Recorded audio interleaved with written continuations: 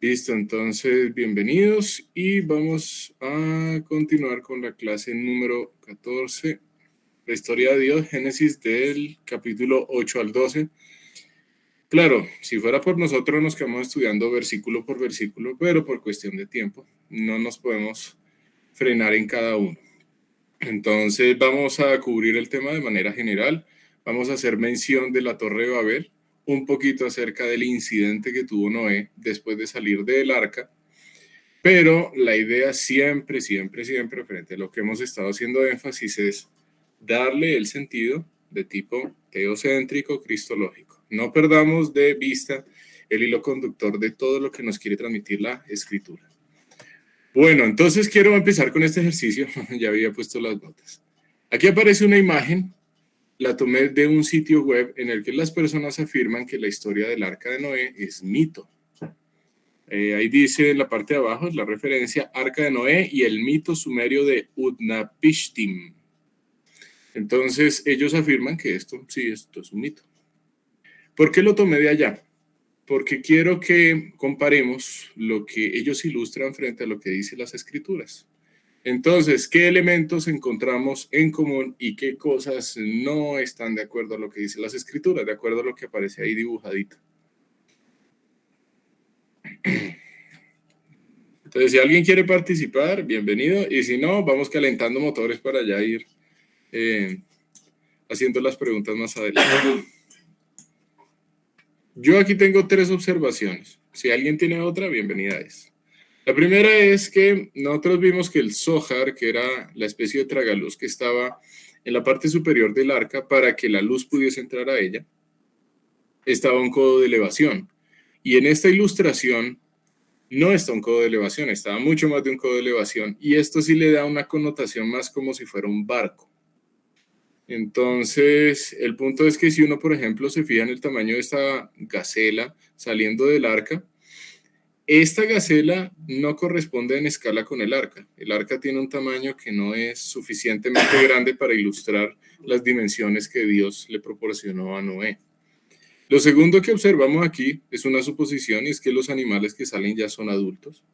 La Biblia no nos permite saber si entraron animales jóvenes o maduros, pero pues es una buena posibilidad pensar en que los animales que entraron no tenían por qué ser adultos. No habría necesidad para que fuesen adultos, porque la reproducción, vamos a verlo más adelante, Dios la ordenó para los animales y para los seres humanos una vez ellos salieron del arca, no en el arca.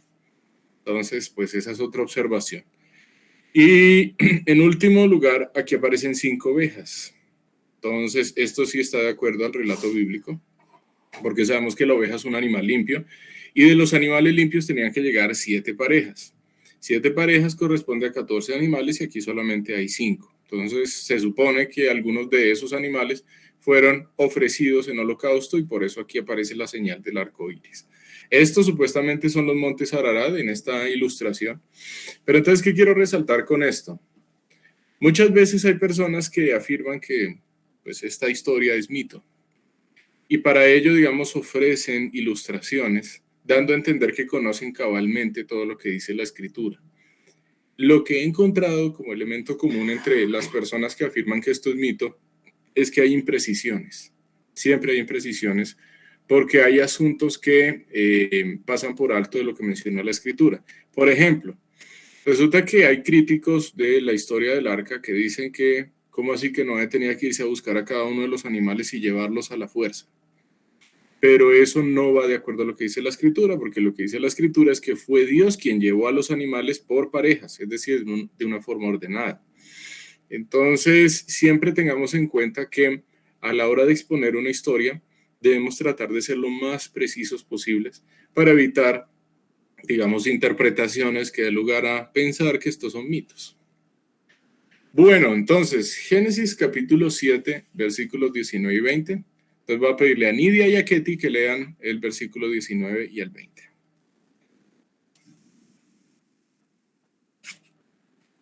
Buenas tardes. Hola Nidia, dale. Y las aguas prevalecieron mucho. Sí, okay. Y las aguas prevalecieron mucho en gran manera sobre la tierra, y todos los montes altos que había debajo de todos los cielos fueron cubiertos. Ujú. 15 codos encima prevalecieron las aguas y fueron cubiertos los montes. Listo, gracias.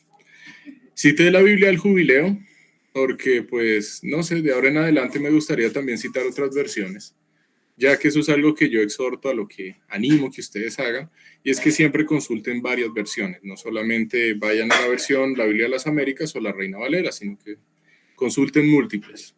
La idea es que sean al menos 6 y tres distribuidas en carácter literal y carácter un poco más contextual.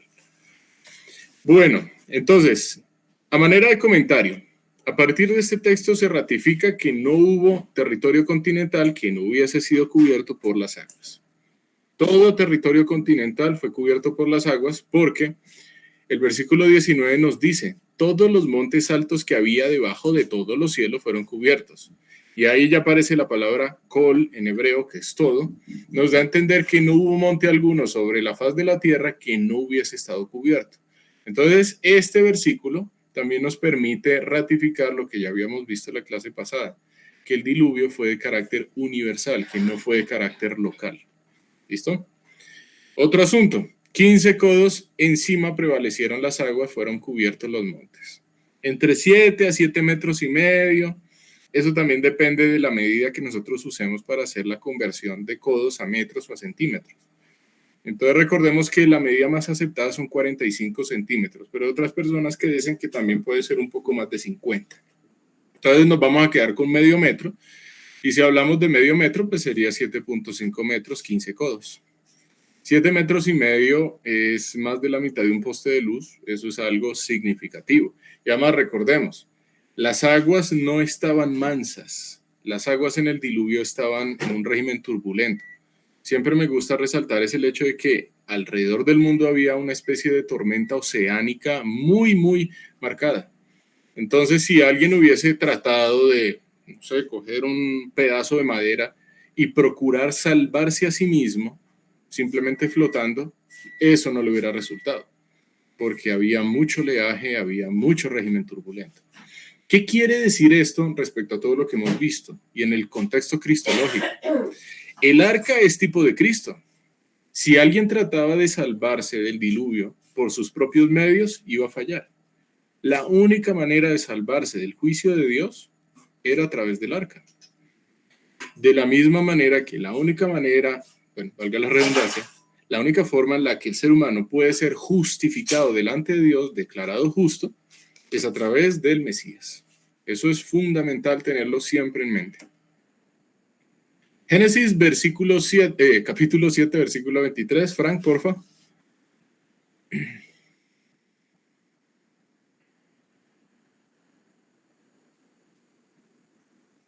Frank. Bueno, creo que Frank estaba sin sonido, me parece, que nos ¿sí? estaba... Ok. Listo. Sí, no, tranquilo, dale. Entonces, Génesis 7:23 dice así. Así fue destruido todo ser que vivía sobre la faz de la tierra, desde el hombre hasta la bestia, los reptiles y las aves del cielo, y fueron raídos de la tierra, y quedó solamente Noé y los que con él estaban en el arca. ¿Listo? Importante aquí dice que vivía sobre la faz de la tierra. Por supuesto que ahí no están incluidos los animales marinos, ¿no? Los animales marinos no iban a tener ningún inconveniente. Aquí estamos hablando de animales de carácter terrestre, que permanezcan sobre la tierra. Entonces, según Génesis 7:23, ¿cómo vemos el cumplimiento de las promesas de Dios? Ya nosotros habíamos visto varios elementos que Dios había prometido y que aquí se están cumpliendo. Así fue destruido. Aparece esta palabra medio rimbombante que es raer. Este es un término que nosotros no usamos hoy en día de forma frecuente, ¿no? Uno no dice, voy a raer el mugre de las ollas en el lavaplatos. Uno dice, pues simplemente voy a lavar los platos. Raer también significa raspar una superficie para quitar de ella adherencias. Entonces, pues lo que hizo Dios, es más, vimos desde el término hebreo, significa exterminar o borrar de la faz de la tierra a aquellos seres humanos que Dios había creado. Entonces, ¿qué elementos vemos como cumplimiento? Y ante todo, ¿qué vemos de Dios? Al ver que lo que Dios prometió se cumplió.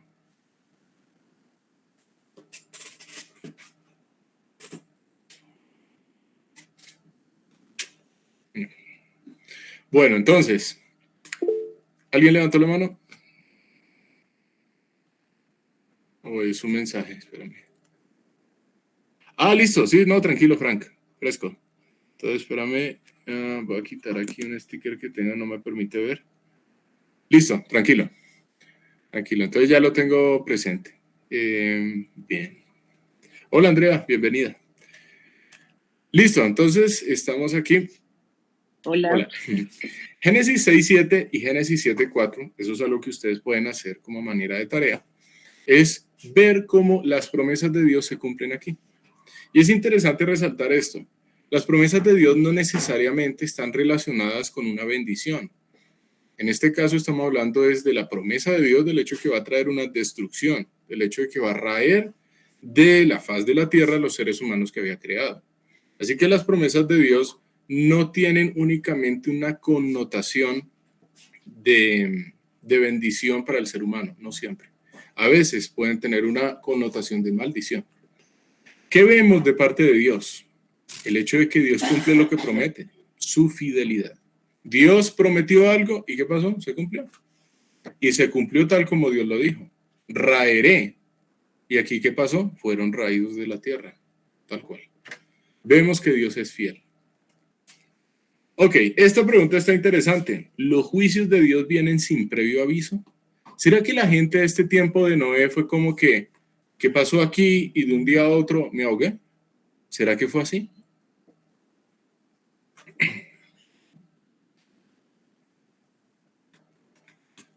No, ya había el avisa, él antes de como dar una disciplina o un castigo, el primero da la opción de por dónde se deben de hacerse lo correcto y al mismo tiempo está diciendo si no hacen esto, entonces la consecuencia es esta. Exacto. ¿Y cuál fue la ordenanza de Dios? Creer en el Evangelio. Porque la única forma en la que una persona, bueno, la razón por la que Noé entró al arca y la razón por la que Dios le dio ese modelo del arca está en Génesis capítulo 6, versículo 8, si mal no recuerdo. Halló Noé gracia ante los ojos de Dios. Fue por la gracia de Dios que esto ocurrió. De tal manera que esa gracia llegó a él mediante la fe que él tuvo en el Mesías. Esa gracia se hace efectiva a través de la fe en Génesis 3:15. Entonces, ¿qué pasó? Nosotros vimos hace 8 días que Noé era un kerux. Ese era el término griego, ¿no? Un término que significa heraldo o mensajero del evangelio. Noé era una persona que predicaba el evangelio desde Génesis 3:15. Así que el evangelio es una promesa dada por parte de Dios desde el momento en que el hombre cayó. Eso es maravilloso. Por lo tanto, se ratifica el hecho de que la salvación siempre ha sido por gracia, jamás ha sido por mérito propio del ser humano. ¿Cómo nosotros sabemos que los juicios de Dios nunca vienen sin previo aviso? Pues el hecho de que Noé fue constituido predicador. A ver, si las personas no hubiesen tenido la oportunidad de ser salvas de este juicio, ¿para qué es entonces Noé constituido predicador? No hubiese tenido ningún sentido. Las escrituras tampoco nos permiten saber cuántas personas había en aquel entonces, pero definitivamente no podemos pensar que había el número de personas que hoy en día existe sobre la faz de la tierra, que ya nos estamos acercando a 8.000 millones. El número de personas en este entonces definitivamente no era tan grande como el que existe hoy en día. Además, estamos hablando de una tierra prediluviana o antediluviana, en la cual Noé tuvo que llevar a cabo una edificación y eso llamaba la atención. No era chiquitica, era grande, tenía la longitud de un estadio de fútbol más o menos, solo la longitud porque la altura y la anchura no, pero la longitud sí era la de un estadio de fútbol, eso llamaba la atención y eso también le daba pie a Noé a predicar el mensaje de Dios. Así que este juicio de Dios no llegó sin previo aviso, la gente sí fue avisada y él, si bien la Biblia no nos dice cuánto tiempo predicó de forma exacta, él sí tuvo muchos años para hacerlo. No sabemos cómo las personas pudieron haber reaccionado frente a su mensaje. Lo que sí sabemos es que esas personas lo rechazaron. Así que esto no se trata que Dios simplemente los predestinó a este juicio y punto. Porque existía una posibilidad mediante la predicación que tenía Noé con esas personas. ¿Qué vemos de Dios? el hecho de que hubiese un predicador, el hecho de que hubiese proporcionado la solución que venía de Dios, no estaba en el hombre, porque recordemos que Noé también era un pecador, ¿no? Era hijo de Adán y Eva como nosotros, y heredó esa naturaleza, Romanos 5:12, la muerte pasó a todos los hombres por cuantos todos pecaron. Noé también era pecador, lo mismo que Abel, pero ellos hallaron gracia delante de los ojos de Dios por la promesa de la venida del Mesías. Entonces, ¿qué vemos de Dios? El hecho de que sus juicios no vengan sin previo aviso.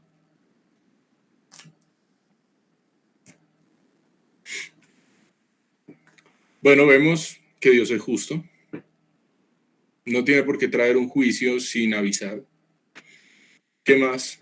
El hecho de que Dios es misericordioso. Sabe el estado de miserableza que digo, en el cual se encuentra el ser humano.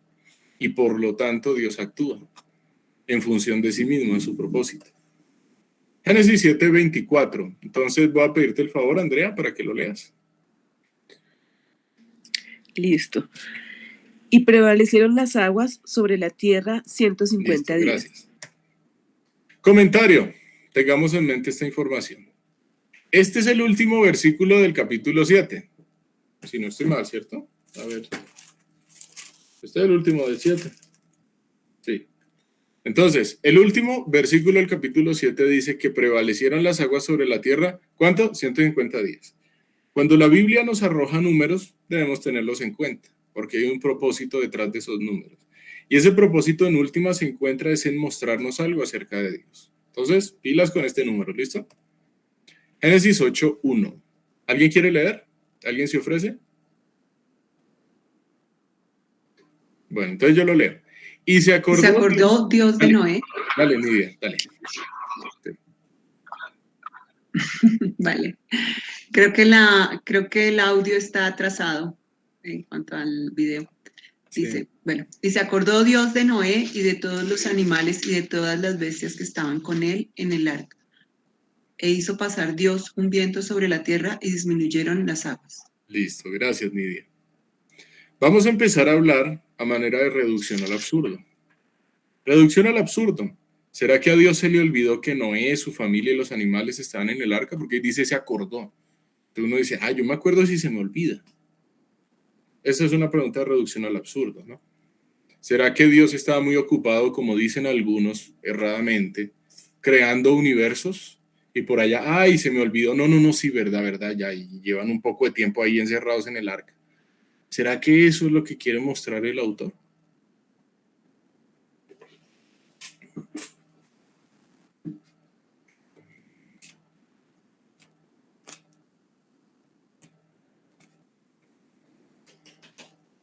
Bien, entonces, aquí nosotros encontramos una misma figura que habíamos visto antes, antropomorfismo.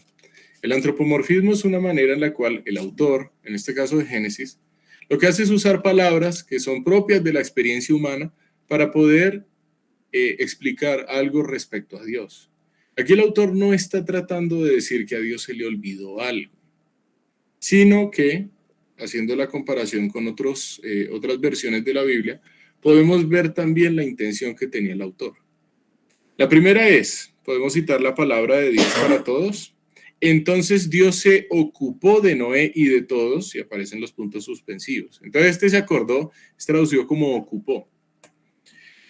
También dice la versión, esta traducción en lenguaje actual, Dios tuvo compasión de Noé y de todos, puntos suspensivos. Este acordarse no está haciendo referencia de ninguna manera a que Dios se le olvide algo porque Dios todo lo sabe. Está haciendo referencia al hecho de que Dios determinó el tiempo del cumplimiento para que algo ocurriera. Ese algo todavía no es salir del arca, porque nosotros sabemos, según la clase anterior, que el número de días que duró Noé junto con todas las personas y los animales en el arca fue 1 año y 10 días, es decir, 375 días. 375 días estuvieron ellos en el arca. 375 es mucho más que 150. Así que este se acordó, está fijando es el hecho de que Dios ha determinado el tiempo para que algo ocurra. Dios de ninguna forma se olvida de Noé y de los animales que están allá, ni de la familia de Noé. Dios ha estado pendiente en todo momento, cuidándolos y guardando ante todo el cumplimiento de su promesa. Así que en esta reducción al absurdo es importante denotar eso. Y lo digo porque esta forma de enseñanza de reducción al absurdo sirve mucho para que ustedes lo lleven a cabo con personas que nunca han escuchado la escritura. Con personas que no conocen nada de la historia de la escritura, ustedes lo pueden hacer. Porque la reducción al absurdo les permite a las personas dar a entender qué es lo que precisamente la doctrina no muestra. Si nosotros hablamos en reducción al absurdo de cuál es el tamaño de la nariz de Dios, de qué color son las uñas de Dios, por ejemplo, cuánto calza Dios, si la tierra es el estrado de sus pies, ese tipo de cosas le da a entender a las personas, hey, no te imagines lo que no es. Porque con la reducción al absurdo y haciendo la comparación con otros textos, nos podemos dar cuenta lo falsa que es esta afirmación. A Dios no se le olvida absolutamente nada. Nosotros vimos en la primera clase que Dios todo lo sabe. Y leímos un salmo en el que dice que su entendimiento es infinito. Si su entendimiento es infinito es porque no tiene medida. Y si no tiene medida es porque ni siquiera nosotros podemos entender el entendimiento de Dios. Ni siquiera podemos nosotros dimensionar el hecho de que Dios todo lo sabe. Sabemos que Dios todo lo sabe, pero a nosotros no nos cabe en la cabeza el hecho de que Dios todo lo sabe. Eso es una cosa que de verdad revienta nuestra cabeza. Entonces, tengamos siempre eso presente. Siguiente aspecto. ¿De qué manera hizo Dios disminuir las aguas? Aquí aparece la mención, ¿cierto? Aquí dice: E hizo Dios hervir como en un caldero las aguas sobre la tierra y se evaporaron y Dios se las llevó en un viento para acumularlas en un lugar. Ahí no dice eso. Dios no aumentó la temperatura de las aguas.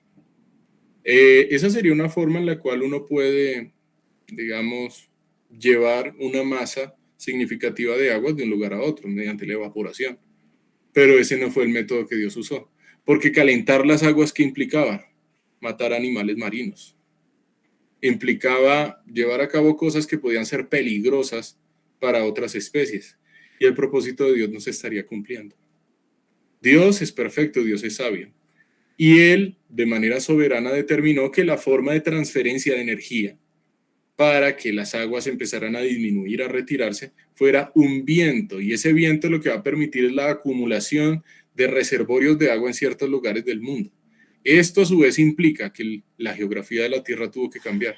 Porque si no cambia la geografía de la Tierra, las aguas van a prevalecer sobre toda la Tierra.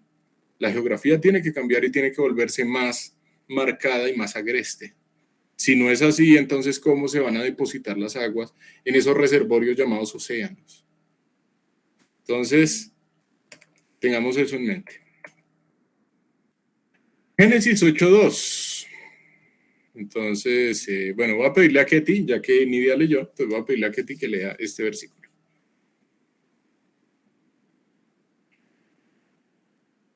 Se cerraron las fuentes del abismo y las cataratas de los cielos, y la lluvia de los cielos fue detenida. Listo, gracias, Ketty. ¿No ven algo raro aquí en el relato bíblico? Aquí hay algo raro. Yo les pedí el favor que tuvieran en mente el número 150, el número de días que prevalecieron las aguas sobre la faz de la tierra.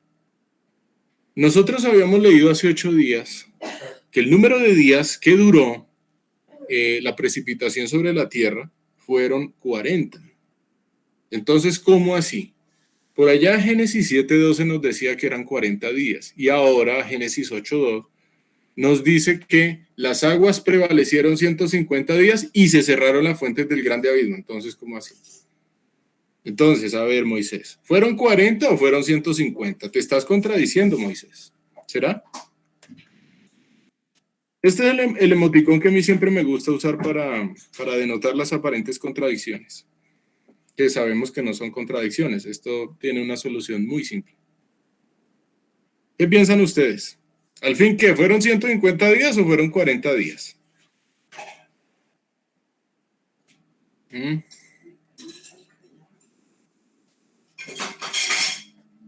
Podría pensar que el movimiento del agua, es decir, en lluvia y, no sé, me imagino como una pared que se retira para que toda el agua salga a la faz a la tierra, sí. Entonces llega un punto donde ya vuelve, dice, ahí donde se cerraron las fuentes del abismo y las cataratas de los cielos, es como si, bueno, no sé por qué finalmente serían los 40 días. No sé. No, está bien, Nidia. ¿Alguien más quiere mencionar algo para ver cómo resolvemos esta aparente contradicción? Es más, algo parecido ya lo vimos, y no es con el hecho del arrepentimiento de Dios y del hombre. Ya nosotros resolvimos esa aparente contradicción y eso es simplemente leer con mucho cuidado, tener en cuenta el contexto y podemos consultar el hebreo y listo el asunto. Y ya queda más que claro que Dios no se arrepiente como el hombre. No tiene nada que ver con cambio de mente, sino tiene que ver es con el dolor que Dios sintió al ver el ser humano en su estado de depravación. Entonces, listo. Pero nosotros vimos algo antes de eso, que nos da pistas frente a lo que está pasando aquí. Aquí lo que está ocurriendo no es que Moisés, el autor, más bien, dejémoslo como el autor de Génesis, no es que el autor de Génesis esté afirmando que, bueno, sí, fueron 150 días, yo había dicho antes que 40, entonces olvídense. No es eso, no es una contradicción. El número de días que duraron las precipitaciones fueron 40. Hasta ahí, Génesis 7:12, ya nos dijo que fueron 40 días. Es más, lo voy a leer aquí. Dice Génesis 7:12, y hubo lluvia sobre la tierra 40 días y 40 noches. Así que fueron 40. 150 es el número de días que prevalecieron las aguas sobre la superficie de la tierra una vez se detuvieron. Entonces, ¿qué es lo que ocurre? Lo que hizo aquí el autor fue regresarse un poquito en el tiempo para ratificar el hecho de que en la tierra prevalecieron las aguas 150 días. Si prevalecieron 150 días es porque el diluvio sí fue de carácter universal y porque la cantidad de agua fue demasiada. La cantidad de agua que salió tanto del agua subterránea como el agua que cayó a manera de precipitación. Es decir, ¿qué hizo el autor? Regresarse un poquito en el tiempo para ratificar algo. Algo similar nosotros nos lo encontramos en Génesis capítulo 1 y 2. Nosotros vimos en Génesis capítulo 1 al final, versículo 31, y vio Dios todo lo que había hecho y aquí que era bueno en gran manera, ¿cierto? Eso incluía la creación del ser humano ya en su estado finalizado. Pero nosotros cuando vamos al capítulo 2, nos encontramos que el autor se devolvió un poquito en el tiempo para hacernos un zoom y hacernos un énfasis en la especial creación que Dios tuvo con el hombre. Y eso es algo que a veces ocurre en la narrativa hebrea. La narrativa hebrea no necesariamente tiene que ser de carácter lineal. Es decir, Génesis 8:2 no necesariamente tiene que ser posterior cronológicamente a Génesis 7:24. Entonces tengamos eso en mente. Lo que quiere hacer el autor es aquí devolverse un poquito en el tiempo y decir, hey, mire, se cerraron y las aguas prevalecieron 150 días. Eso es todo. Génesis 8:3 dice así. Porfa, Andrea, para que lo leas. Y las aguas decrecían gradualmente de sobre la tierra, y se retiraron las aguas al cabo de 150 días. ¿Qué hizo el autor? Reiteró esa información. Se retiraron las aguas al cabo de 150 días. 150 días prevalecieron las aguas sobre la tierra. ¿Y qué significa eso de que prevalecieron las aguas sobre la tierra? Pues durante 150 días, las aguas fueron tales que cubrieron hasta los picos más altos de los montes que había en los tiempos antediluvianos. Eso es lo que quiere decir el texto.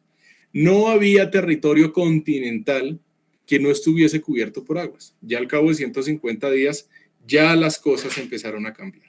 ¿Listo? Entonces, este es un comentario. No hay una contradicción. Lo que ocurre es que el autor regresó unos días en su narrativa para enfatizar cuánto tiempo prevalecieron las aguas sobre la tierra. Además, se nos comenta que fue un proceso gradual. ¿Qué hizo Dios? Pasar un viento. ¿Qué tal que Dios hubiera calentado las aguas? Una mortandad de peces ni la más tenaz. Y ahí sí, mejor dicho, el ser humano se queda sin ejercer señorío en las aguas. No hay manera de poder ejercer señorío. Entonces, el propósito de Dios siempre va a continuarse. Dios lo que hizo fue transferir la energía de tal manera que esas aguas que estaban sobre toda la tierra fuesen puestas en ciertos lugares y la tierra cambiase de geografía. Vamos a ver dónde es que dice la Biblia que la tierra cambió de geografía. con el propósito de nuevamente traer a colación un territorio continental y con el propósito de poner las aguas en unos depósitos especiales, aunque realmente es uno solo, pero nosotros le llamamos océano, ¿no? Entonces, sí hubo un cambio en la Tierra, y hubo un cambio muy significativo, porque, a ver, toda esa agua, ¿dónde la voy a meter? Imagínense aguas cubriendo toda la faz de la Tierra. ¿Cuántos trillones de metros cúbicos de agua se acumularon sobre la superficie de la Tierra para que esto pudiese ocurrir? Es demasiado. Nosotros imaginémonos una ola común y corriente. Bueno, una ola pues, de tamaño significativo tiene alrededor de 500 metros cúbicos de agua. 500 metros cúbicos de agua equivale a que una ola de tamaño más o menos ya grandecito tiene una masa de 500 toneladas. Eso es más o menos una ola. Entonces imagínense no hacerlo con una ola, sino con agua a lo largo y ancho de todo el planeta Tierra. Eso implica un cambio en la geología, un cambio en la geografía, para que se pueda adecuar nuevamente la Tierra, para que el ser humano pueda volver a estar allí. ¿Listo? Olvídense aquí de la palabra ejemplo. Esto es algo que simplemente se me escapó. Entonces, seguimos leyendo. Yo lo que quise aquí fue poner una imagen que nos diera a entender cómo fue el momento de salida de Noé junto con su familia. Nosotros no vamos a leer todos los textos relacionados con la espera de Noé, cuando envió un cuervo, cuando envió una paloma. Esa parte no la vamos a estudiar, les invito a que lo revisen. Tampoco vamos a leer el hecho de que el arca se posó en los montes Ararat. Hoy en día tengo entendido que los montes Ararat están ubicados en Armenia. Armenia, ahí cerca de Turquía. Entonces, bueno. El punto es este. Génesis, capítulo 8, versículo 15. 15 al 17. Entonces, nuevamente, vamos a seguir repitiendo el ciclo. Entonces, Nidia, porfa, lee tú el 15 y el 16 y Ketty que lea el 17. Dale.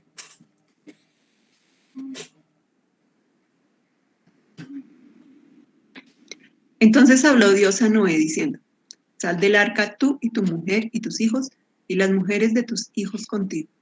Uh-huh. Todos los animales que están contigo, de toda carne, de aves y de bestias, de todo reptil que se arrastra sobre la tierra, sacarás contigo, y vayan por toda la tierra, y fructifiquen y multiplíquense sobre la tierra. Listo, gracias. Génesis 8, 15, 17. Génesis 8, del 15 al 17. Primera pregunta. ¿Salieron Noé y su familia cuando quisieron? Señor, ya es hora, ya es tiempo y ya esta arca me da urticaria. Necesito salir de aquí. Quiero caminar por una montaña, quiero mojarme los pies en una playa, quiero coger una flor, quiero hacer cosas. ¿Será que ellos salieron cuando quisieron? La respuesta es un no rotundo. Fue cuando Dios quiso, cuando Dios lo dispuso. Esto es importante verlo porque ¿qué estamos viendo de Dios? ¿Qué se nos recalca acerca de Dios en estos textos? Que es Dios quien determina el tiempo del cumplimiento de algún evento. Ento. Es Dios quien lo determina. Estamos viendo la soberanía de Dios. Aquí el texto bíblico no nos dice que Noé tenía ganas de salir del arca. Pero si no fuese así, pregunta, ¿para qué él entonces se pone a enviar animales para ver si ya las aguas, pues como que ya se dieron un poquito para ver si ellos pueden salir? Es decir, el texto bíblico no nos dice que él estaba desesperado adentro. Yo tampoco estoy afirmando que sea así. Pero Noé sí tenía ganas de conocer qué era lo que estaba pasando afuera. Recordemos que en el arca habían los kinim, que significan los aposentos, que nos da a entender desde el idioma hebreo como nidos o lugares de reposo. Así que el arca debía ser un lugar muy tranquilo, no aburrido, que son dos cosas diferentes. Una cosa es estar tranquilo, otra cosa es estar aburrido. Lo que ocurre es que Noé sí quería saber qué era lo que estaba pasando afuera y fue por eso que envió a los animales. Si ellos quisieron o no salir del arca, la Biblia no nos dice absolutamente nada, no nos dice, sí, no nos arroja información. Pero lo que sí nos dice de forma categórica es que Dios fue el que determinó el tiempo en el cual ellos debían salir. Estamos viendo a Dios soberano, el Dios que determina las cosas y que no es determinado por un agente externo. ¿Qué más? ¿Murió algún ser viviente en el arca? ¿Qué piensan frente a esa pregunta?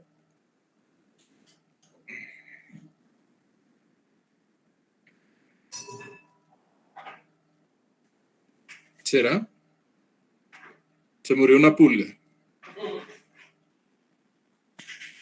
O no sé, allá tuvieron muchos animalitos, hijitos.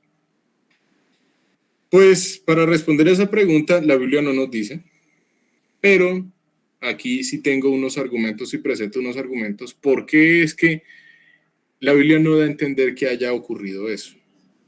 En primera instancia, y lo más importante, el arca tiene un significado tipológico con el Salvador del mundo. Solamente en el arca se encontraba en este entonces la salvación al juicio de Dios, a la ira de Dios. El arca solamente tenía una puerta y Dios cerró esa puerta en el momento en que Él lo determinó, mostrando nuevamente su soberanía. El hecho de que es Dios quien determina cuándo es el tiempo del arrepentimiento. El arca, bajo muchos aspectos, representa de forma tipológica a Cristo. Si hubiese existido una muerte dentro del arca, eso no iría de acuerdo a la tipología con el Mesías. De tal manera que lo que nos da a entender el relato bíblico es que, si bien no lo dice, sí nos da a entender que todos los animales se conservaron allá. Es más, recordemos que de cada pareja de animales, bueno, de cada animal no limpio había una sola pareja. Si se moría alguno, se acabó la especie. Entonces, dado que la Biblia no nos da a entender nada al respecto, lo que sí podemos concluir es que no hubo muerte de animales, ni de seres humanos, claro está, tampoco de seres humanos, porque ahí sí se nos dice que Cam tuvo hijos, Jafet tuvo hijos y que Sem también tuvo hijos. Entonces el mayor era Sem, después venía Jafet y después venía Cam. ¿Listo? Cam era el menor. Fuera de salir, ¿qué otra cosa ordenó Dios? Entonces nos podemos remitir a la parte final del 17. Vayan por la tierra, o sea, recórranla, o sea, no se queden en un solo lugar. En otras palabras, no se queden donde están. Mejor dicho, mándense, explórenla y fructifiquen y multiplíquense sobre la tierra. El mandato de Dios consiste en lo que ya Dios había ordenado antes. Ya Dios había ordenado, llenen la tierra, fructifiquen y multiplíquense. Eso es algo que ya Dios había dicho. Así que Dios está reiterando eso que ya había ordenado. Dios no está trayendo un nuevo mandamiento. Dios está reiterando eso que ya había establecido desde el principio. ¿Listo? Recordemos que este fructificar y multiplicarse es, en un carácter físico, es tener hijos. Claro está, en un contexto matrimonial, porque eso es lo que establece la palabra de Dios, pero no se queda únicamente en ello. El fructificar y el multiplicarse también está relacionado con la educación que se le imparte a los hijos respecto al conocimiento de Dios. Esto es algo que se debe llevar de manera integral, no solamente en un sentido físico, tener hijos y se cumplió. No es así. Si se tienen hijos y no se educan, no se cumplió con nada. Recordemos el caso de Génesis capítulo 6. Se multiplicaron los hombres sobre la faz de la tierra. ¿Y qué pasó? La tierra estaba llena de iniquidad, de maldad, de violencia. ¿De qué sirve tener hijos si no son educados en el conocimiento de Dios? La respuesta es de nada. Incluso es mejor no tener hijos a tenerlos no educados en el conocimiento de Dios. Eso sí. Bueno, entonces, esto es lo que Dios está ordenando. Génesis 8:20. Entonces voy a pedirle el favor a Andrea para que lo lea. Y edificó Noé un altar a Jehová, y tomó de todo animal limpio y de toda ave limpia, y ofreció holocausto en el altar. Listo, gracias, Andrea. Según lo descrito, ¿qué es un altar? Nos podemos ir al hebreo, sí, pero la idea en esta clase no es tanto apelar al hebreo. Fíjense que hay clases en las que hemos apelado mucho y hay otras en las que no. Porque, de todos modos, si nosotros contamos con una traducción, la traducción también habla por sí misma. Entonces, de acuerdo a lo que dice el versículo 20, ¿cómo podemos definir qué es un altar? Porque nosotros tenemos una concepción que el mundo dice, no, un altar es donde se pone tal cosa. Pero aquí La definición bíblica es ¿qué cosa?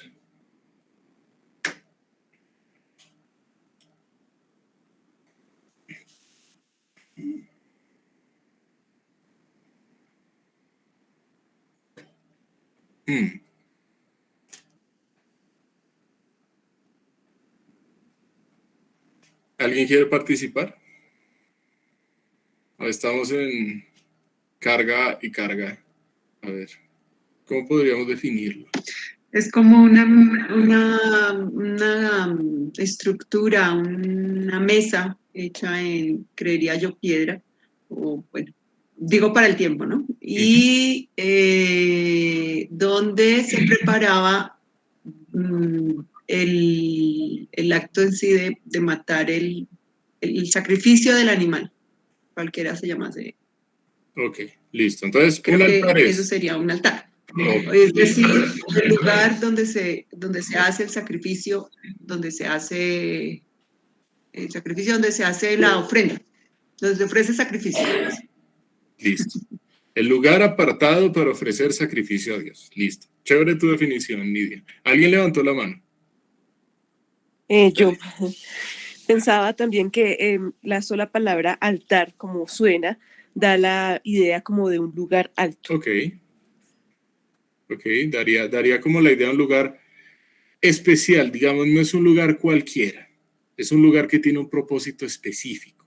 No es como ir por la acera y me voy a una esquina, ese es mi altar, eso no es así. Entonces sí, da a entender que es un lugar especial para un fin definido. ¿Listo? ¿Alguien más? Bueno, el término hebreo, fíjense una cosa, una curiosidad, es misbeach, pero es traducido como altar y nos quedamos ahí. A veces apelar al hebreo puede llevarnos a lo mismo que nos está, digamos, transmitiendo la traducción. Por eso es que tampoco es necesario siempre apelar al hebreo. El hebreo es una herramienta más en medio del estudio del contexto, en medio de la comparación de versiones, bueno, en medio de incluso comentarios, pero siempre quiero ser enfático en que los comentarios bíblicos son falibles, porque son escritos por personas creyentes que se pueden equivocar, como cualquiera de nosotros nos podemos equivocar. Entonces siempre es irnos a la Biblia, irnos a estudiar el texto en su contexto, varias versiones. Además podemos irnos al hebreo y también podemos recurrir a los comentarios.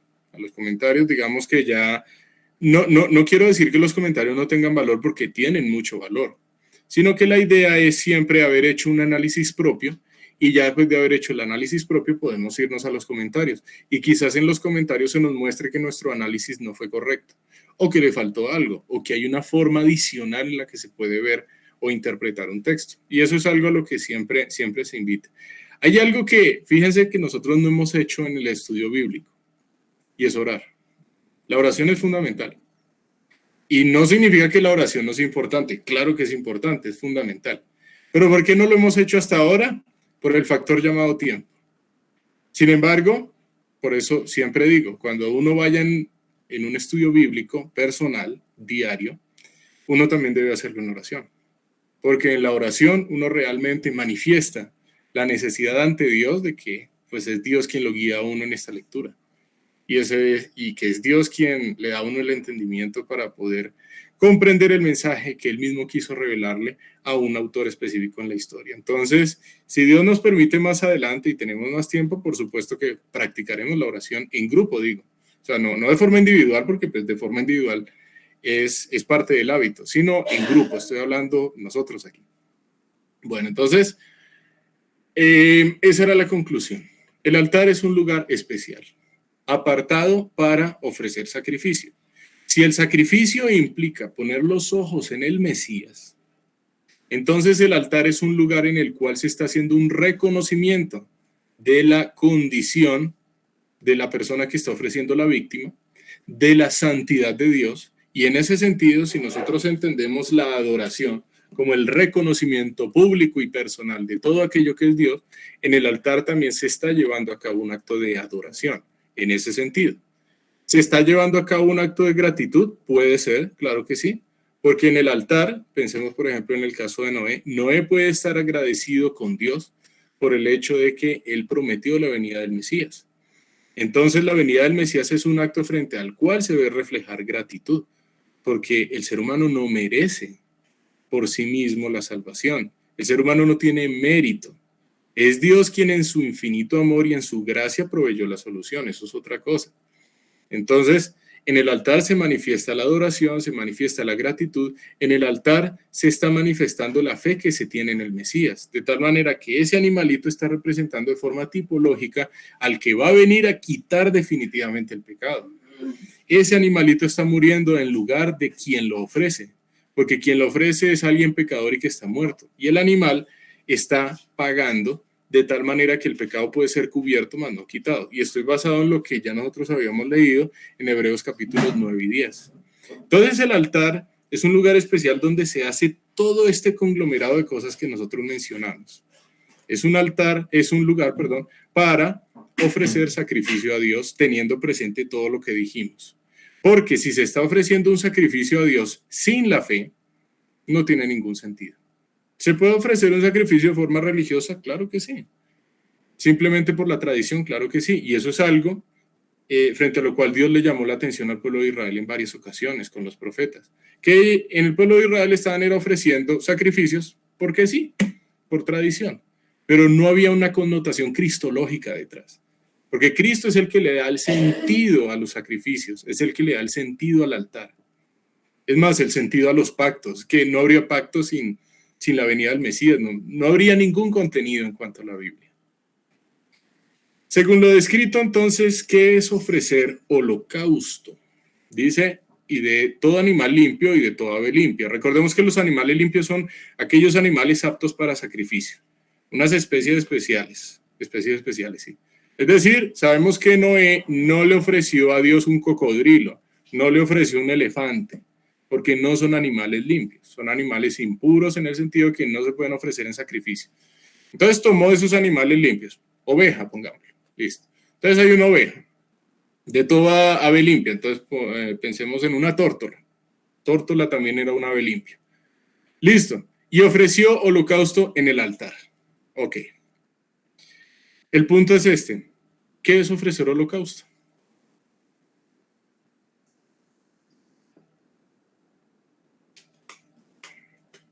O según lo que nosotros hayamos escuchado. Holocausto implica muerte. Implica muerte. Claro, implica muerte. Sí.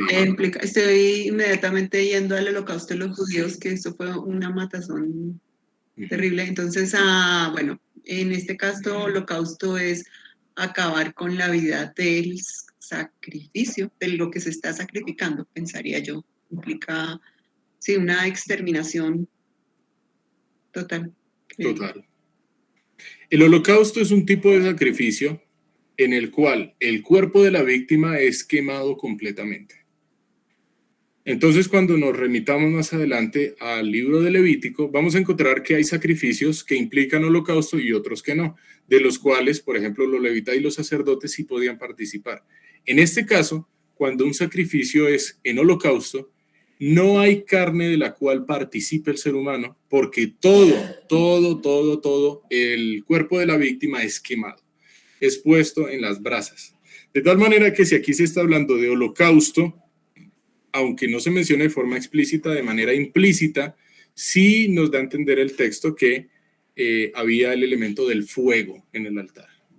Tenía que darse el elemento del fuego. Y el fuego es tal que al consumir el cuerpo de la víctima se va a desprender un gas, un humo. Y por ello es que tiene sentido el siguiente versículo cuando dice que percibió Jehová olor grato. ¿Listo? ¿Qué implicaciones tiene el hecho de que Noé ofreciese un holocausto? Que Noé estaba reconociendo su condición de pecador frente a Dios. Recordemos que Noé fue declarado justo. ¿Sí recuerdan? Hace 8 días. Dice, Noé, varón justo. Si era justo es porque su fe estaba puesta en aquel que puede justificar. Entonces, como dice el Nuevo Testamento, justificados pues por la fe, tenemos paz para con Dios por medio de el Mesías. Entonces, el punto es, Noé era alguien que sabía cómo era el tema. Sabía que venía el Mesías y que solamente a través del Mesías él podía hallar esa gracia ante los ojos de Dios. Noé no era un ser sin pecado, así como Abel tampoco lo era. Abel era profeta, Noé era un pregonero. Entonces, si ellos transmitían el mensaje de Dios, es porque ellos conocían delante de Dios su condición de pecadores. Noé por sí mismo no era mejor que la gente violenta de los tiempos del diluvio. En Noé también existió ese estado de depravación delante de Dios, pero es un estado del cual él se arrepintió. Es un estado en el cual él lo consideró y reconoció delante de Dios que es pecador. Habiendo hecho ese reconocimiento, puso su fe en el Mesías. Y eso sí lo constituye en una persona distinta. Pero recordemos que no es algo por sí mismo. No se trata que Noé hubiese alguna bondad que en los otros no, porque Noé tampoco había bondad. Aquí estamos hablando de seres humanos malos, depravados, pecadores, pero hay unos que se arrepienten y otros que no. Génesis 8:21. Entonces, nuevamente, Nidia, porfa, para que leas este versículo.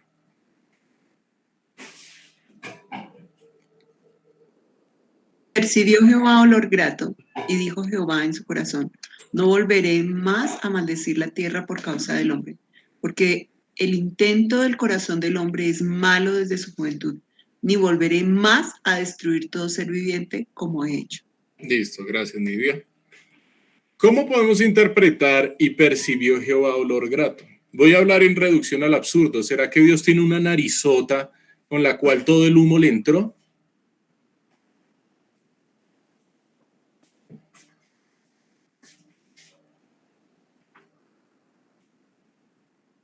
Esa expresión a qué hace referencia. Y percibió Jehová. Ah, no, si percibe es porque no sabía. Sigo hablando en reducción al absurdo. Uno percibe algo que antes no conocía o algo de lo que uno no se había percatado. Entonces, ¿cómo así que y percibió Jehová olor grato? ¿Eso qué es? Tal vez muestra el agrado que sintió Dios cuando vio, pues volviendo allá al tema de las intenciones del corazón, ¿no? Ver lo que ha hecho Noé y sí, como ese reconocimiento de dónde están, en gratitud, en decir sí, gracias, o bueno, perdón, pedir perdón también, creo que ahí también está. Claro que sí. Entonces, creo que eso también es como el reconocimiento de quién es Él ante Dios, es lo que le agrada a Dios. Ok. Sí. Gracias, Nidia. ¿Alguien más?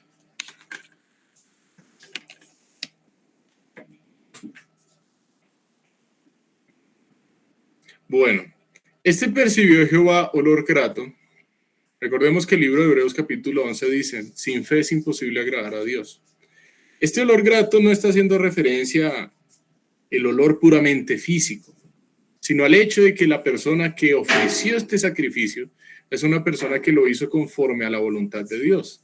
Así como Dios se agradó en el sacrificio de Abel, Dios se está agradando en el sacrificio de Noé, porque está haciendo como resultado de la fe puesta en el Mesías, como resultado del reconocimiento de quién es Dios y el reconocimiento de quién es aquel que está ofreciendo el sacrificio, en este caso Noé.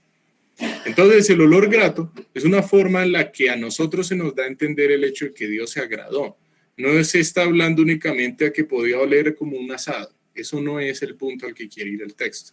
Ni tampoco a que Dios tenga una narizota ni nada de eso.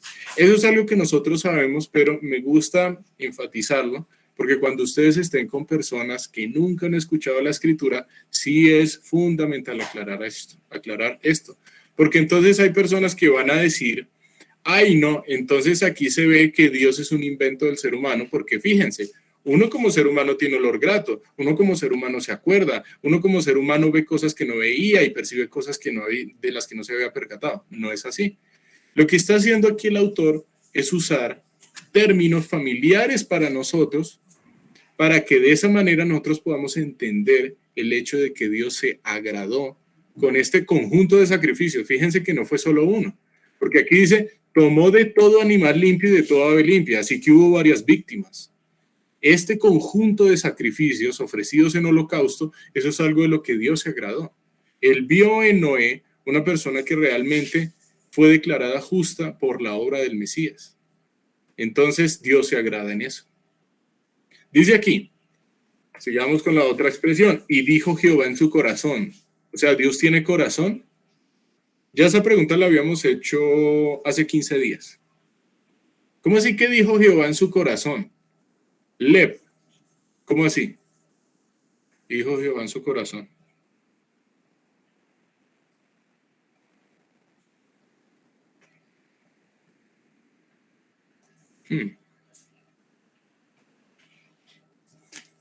Eso es como cuando se está hablando, no sé, como un reconocimiento, no, espérame, como que está, meditó o lo hizo consciente o sin querer decir que Dios no es consciente de todo, ¿no? Pero como que fue algo, una decisión que tomó o algo así.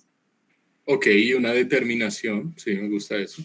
Cuando aquí se dijo Jehová en su corazón, está dando a entender el texto bíblico que no necesariamente lo profirió como un mandato, como por ejemplo, sea la luz y fue la luz.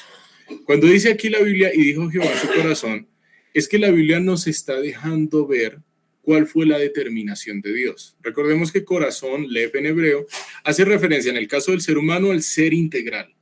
Entonces el conjunto de sentimientos, mente, voluntad, emociones y todo lo que involucra al ser humano.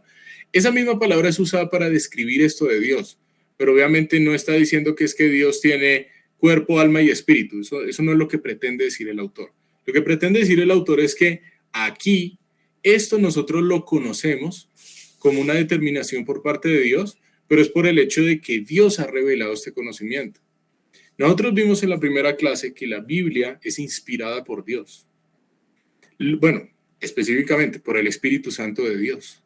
Esta información no la podríamos tener si Dios no nos revela esto. Esto es un conocimiento oculto al cual nunca hubiésemos podido acceder si Dios no se da a conocer. ¿Cómo podríamos saber cuál es la determinación de Dios si Dios no profiere esa determinación? A menos que Dios lo revele. Por eso aquí dice, y dijo Jehová en su corazón. ¿Qué fue lo que dijo Jehová en su corazón? ¿O cuál fue la determinación que Dios nos está revelando respecto a esto?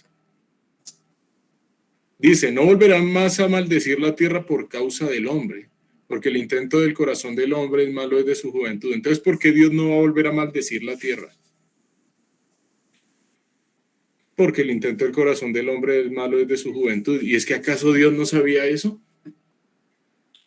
¿Dios no sabía que el intento del corazón del hombre es malo desde su juventud?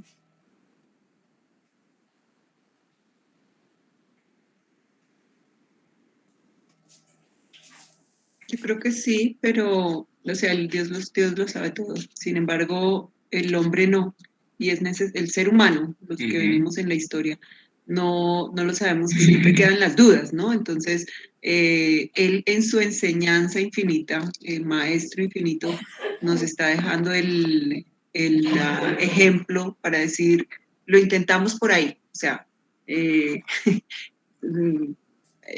seguramente si no lo hubiese hecho quedaría en la duda del hombre, si tal vez hubiera acabado desde el principio y hubiera dejado uno solo, las cosas serían diferentes, pero no, se hizo. Entonces, deja el ejemplo y deja la muestra de que no, por ahí tampoco es. Ok. Entonces, para que nosotros entendamos eso, recordemos que siempre que se nos da este tipo de información, no es que Dios no sepa, obviamente Dios sabe. Es para que nosotros, que somos los que no sabemos, lo podamos aprender. Fíjense un asunto fundamental en Génesis 8:21, y esto es de carácter doctrinal. ¿Quién es el que dice que el intento del corazón del hombre es malo desde su juventud? Es Dios. El juez absoluto está diciendo eso. Y cuando aquí dice juventud, aquí nos sirve mucho apelar al hebreo. Porque en hebreo aparece el término neuraya, que significa, procede de Naur, y Naur en hebreo significa joven, niñez o infancia. Lo que está diciendo Génesis 8:21 es que el corazón del hombre es malo desde que es niño. Un niño es malo. ¿Cómo? Sí. Esto es lo que está diciendo Génesis 8:21. ¿Hay alguna bondad en el ser humano? Pues aquí está diciendo que no. Ah, no, es que los niños son seres buenos. Inocentes. Esa no es una afirmación de carácter bíblica. Inocentes. Ahora, cuando el ser humano, por ejemplo, cuando el Señor Jesús dice, dejen que todos los niños vengan a mí, no se está haciendo referencia con respecto a esta categoría, sino al hecho de que un niño recibe las cosas sin peros. Eso es diferente. Pero aquí nosotros estamos hablando de la condición del corazón del ser humano.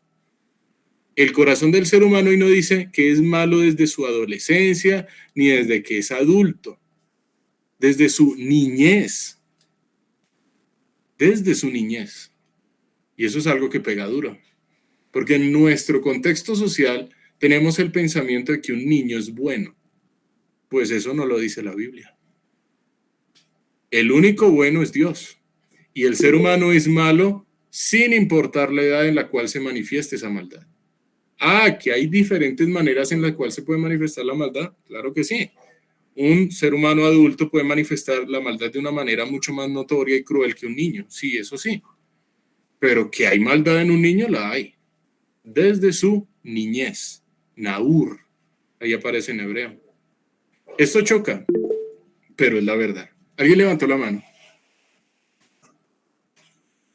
¿No? Sí, yo, Sí, Nidia. dale, Nidia. Es que tengo una pregunta. No, una pregunta, no, un comentario, y es, sí, entiendo que tengo una sobrina que tiene hoy 2 meses, entonces estoy meditando en la cara de ella, diciéndome, es mala. Entonces, en ese orden pienso en, sí, tal vez viene con la naturaleza de Adán, pero ese tema, ese pedacito de la decisión, donde dice, su corazón está de continuo hacia el mal, yo lo tomo o lo interpreto, no sé si está bien, es como si está correcta pues la interpretación, es que el corazón del ser humano está de continuo inclinándose o decidiendo hacia el mal. Y pensaba en Victoria, mi sobrina, yo no la veo decidiendo a ella. O sea, la veo sí con esa capacidad, con ese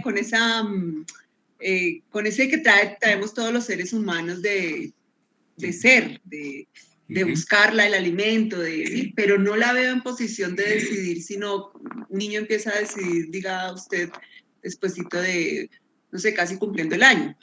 Obviamente que deciden pequeño, pero deciden. Entonces, no sé si es correcto decir no que no viene con la naturaleza caída de Adán, pero sí esa de continuo al mal, de pronto cuando el niño aprende a decidir, ¿sí? Pequeñitos van más por su, no sé, por su necesidad, más que, o sea, si necesita que le cambie el pañal, si necesita dormir, si necesita su tetero, pero ese de continuo al mal, yo lo veo un poquitico más grandecito, no sé. Ok, sí. Y cuanto a lo que no tú haces referencia... desde más. Sí, de acuerdo, Nidia. O sea, lo que tú estás citando es lo que dice... Ketty, era Ketty, no Lidia. Ah, ¿era Ketty? No. Sí. No eras tú, Nidia, ¿cierto? ¿Quién estaba hablando? ¿Qué me dice? No, Nidia. Sí, Nidia, sí. Sí, o sea, con lo que tú dices, es que he notado que hoy está como, no sé, la comunicación extraña. Incluso les escucho un poquito más bajito el volumen, un poquito, o sea, relativamente, pero bueno. El punto es, lo que tú dices es muy cierto. Cuando dice en Génesis capítulo 6 que el corazón del hombre era de continuo solamente el mal, ya está haciendo referencia a los seres humanos que han desarrollado esa capacidad, bueno, no que han desarrollado, sino en los que se ha desarrollado ya la capacidad de decisión. Es decir, seres humanos que al ser expuestos al conocimiento de Dios, a pesar de ello, continúan en su obstinación. Y eso es algo que sí los distingue de los niños, porque un niño de 2 años, de 1 año, uno cómo va a presentarle todo este mensaje acerca del sacrificio, es posible, no digo que sea imposible, es posible presentarle, pero en esos niños todavía no se ha desarrollado la capacidad de decisión, y eso sí es un elemento que distingue mucho a un ser humano adulto de un ser humano niño, tal como tú lo dices. Entonces, claro, cuando hablamos de el hecho de que en tiempos de Noé, el corazón del hombre era de continuo solamente el mal, ya está haciéndose referencia a personas expuestas al conocimiento de Dios, mientras que en el caso del niño no necesariamente. ¿Qué es lo que pasa con el niño? Si bien el niño aún no ha desarrollado, y digo niño es bien niño, o sea, infante, estoy hablando prácticamente bebé, no ha desarrollado la capacidad de decisión, es un ser en el que ya la naturaleza heredada de Adán y Eva sí se manifiesta. Entonces, ese es el punto al que este texto va, porque lo que tú dices es muy cierto. Arrepiéntanse porque el reino de los cielos se ha acercado. Eso es algo no aplicable a los bebés porque el bebé ni siquiera entiende el mensaje. Es aplicable a aquellos seres humanos que ya tienen la capacidad de decidir. Por ejemplo, ya un joven de 12 años es un joven que puede tomar la decisión de arrepiéntanse porque el reino de los cielos se ha acercado. Entonces, es allá donde va el texto. El texto quiere mostrar es esto, que el corazón del hombre es malo. ¿Desde cuándo? Desde niño, desde su infancia. Y ese estado de maldad desde su infancia ya lo va a hacer propenso a vivir una vida de rebelión contra Dios. Bueno, no lo hace propenso, ya lo lleva a una vida de rebelión contra Dios. Ya lo constituye en pecador y ya lo constituye en un ser apartado de Dios. Ese es el punto. Entonces, estamos hablando de la solución mostrada por parte de Dios en el Evangelio versus el estado de depravación en el cual el ser humano se encuentra. Mira, pero ¿Sí? un niño, aunque no tenga esa capacidad de decidir si creer o no creer, porque todavía no ha madurado, eso no lo hace bueno. No, claro. Un niño con otro niño es malo. Un niño es un tirano con su madre. Un niño nace con la maldad. Un niño no es bueno. Sí, exacto. Entonces, a partir de eso, ¿qué podemos concluir? En el ser humano no hay bondad alguna, frente a la cual se pueda apelar para tener un mérito delante de Dios. Esa es la parte fundamental. En el Evangelio, en las buenas noticias, está contemplado un asunto doctrinal, que es que el ser humano es malo y que el ser humano es pecador. ¿Desde qué edad? Desde niño, porque eso es algo que ya trae desde nacimiento. Es una naturaleza heredada, contraria en rebelión a Dios.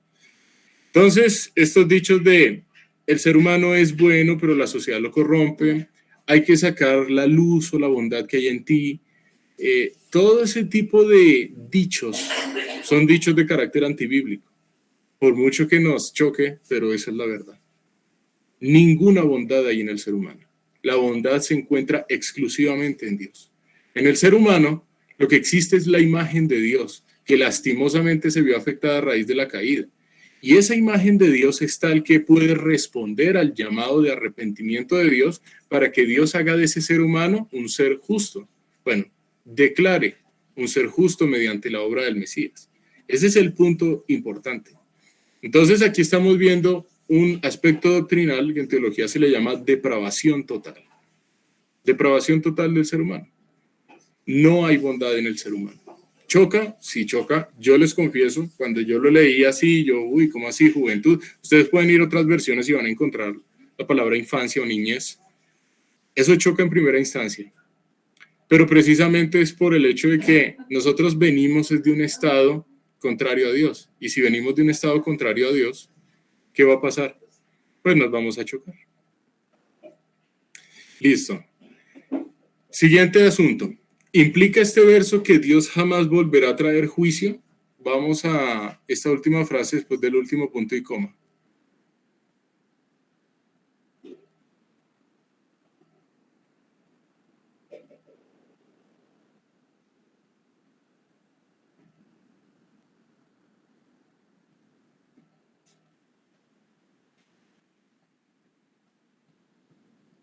No implica que no lo va a volver a hacer, dice, ni volveré más a destruir todo ser viviente como he hecho.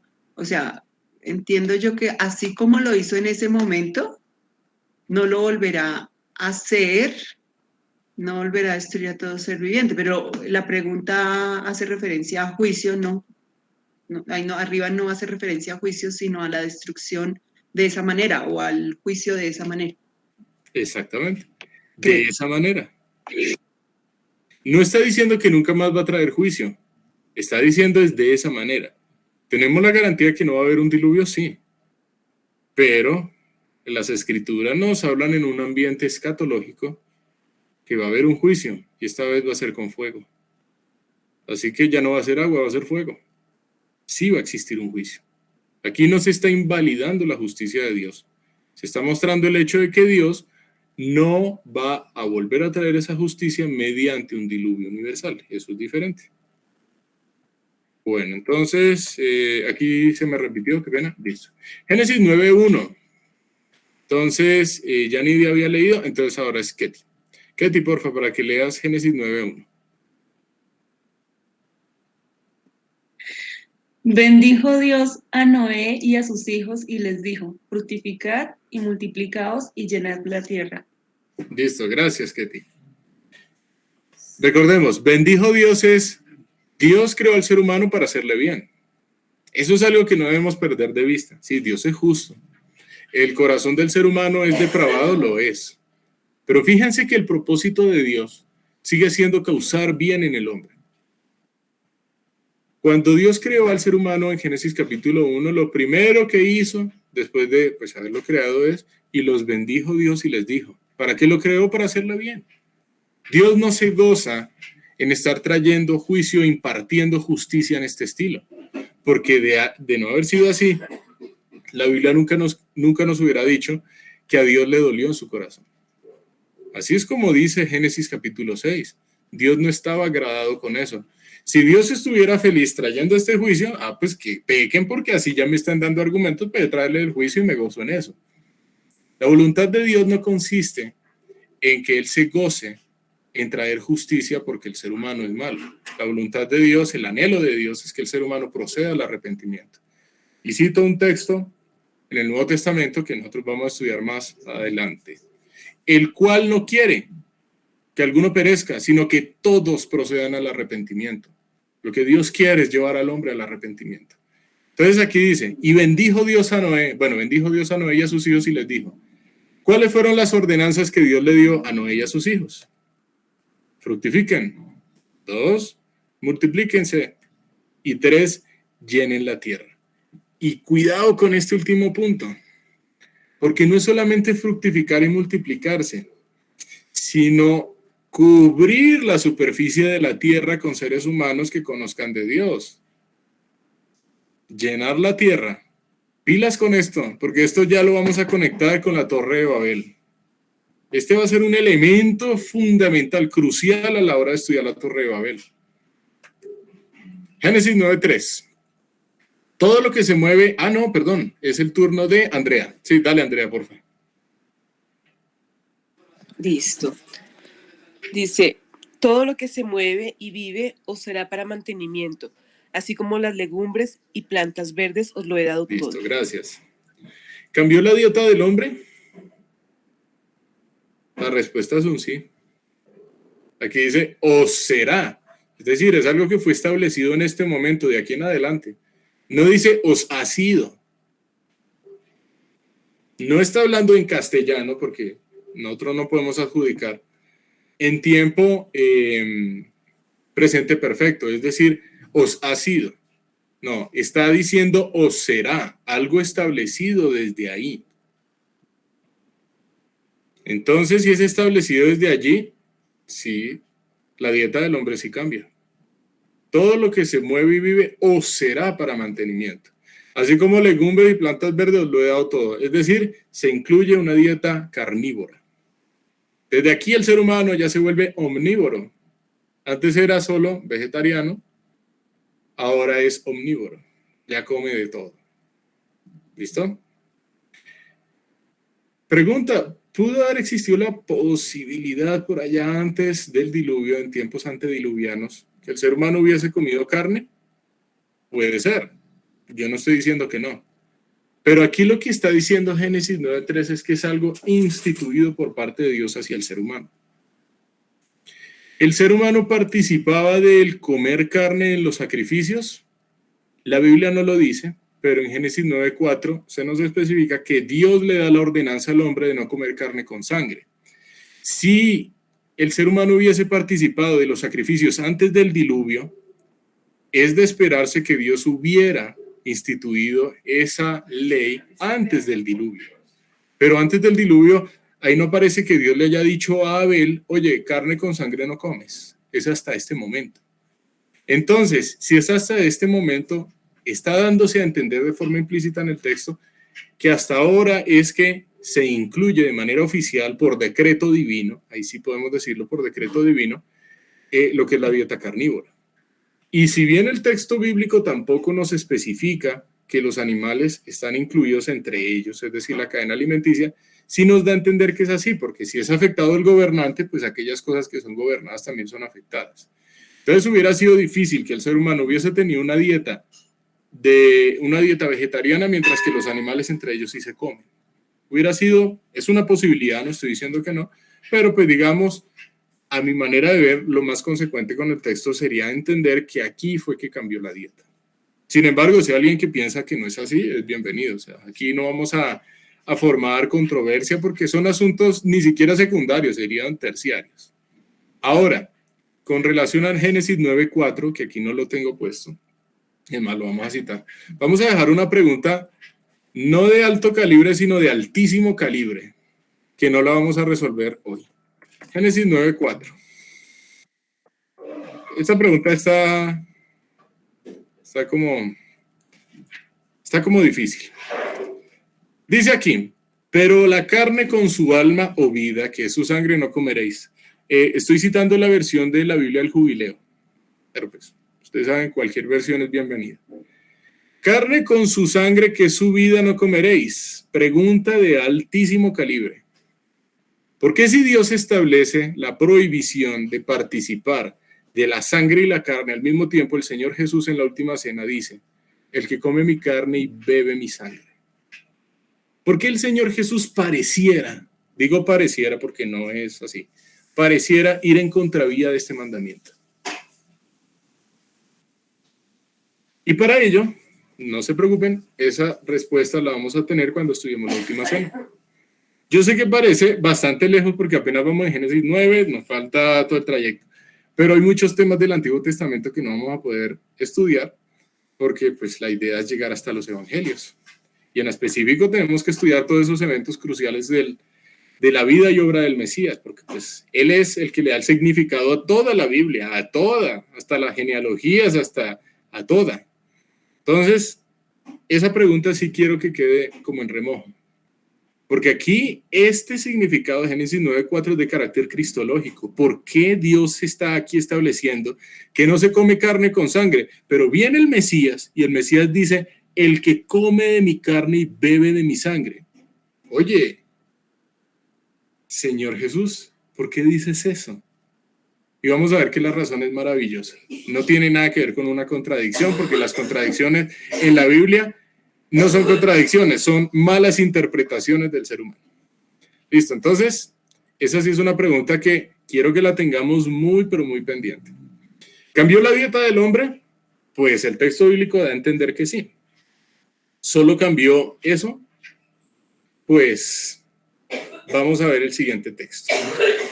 Vamos al Salmo 104, 6 al 9. Entonces, repetimos el ciclo. Nidia, para que porfa leas hasta el final del versículo 7, o sea, versículos 6 y 7, Ketty 8 y 9, Andrea.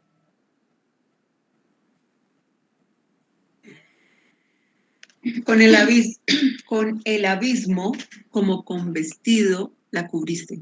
Sobre los montes estaban las aguas. A tu represión huyeron, al sonido de tu trueno se apresuraron.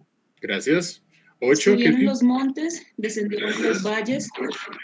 Dale. Sí. Subieron los montes, descendieron los valles, al lugar que tú les fundaste. Les pusiste término, el cual no traspasarán ni volverán a cubrir la tierra. ¿Listo? Gracias a las tres. Entonces, vamos a hacer esto. ¿De qué tiempos habla? Cuando vamos al Salmo 104, hay muchos autores comentaristas que afirman que este es un capítulo relacionado con el día 3 de la creación. En el día 3, ¿qué fue lo que ocurrió?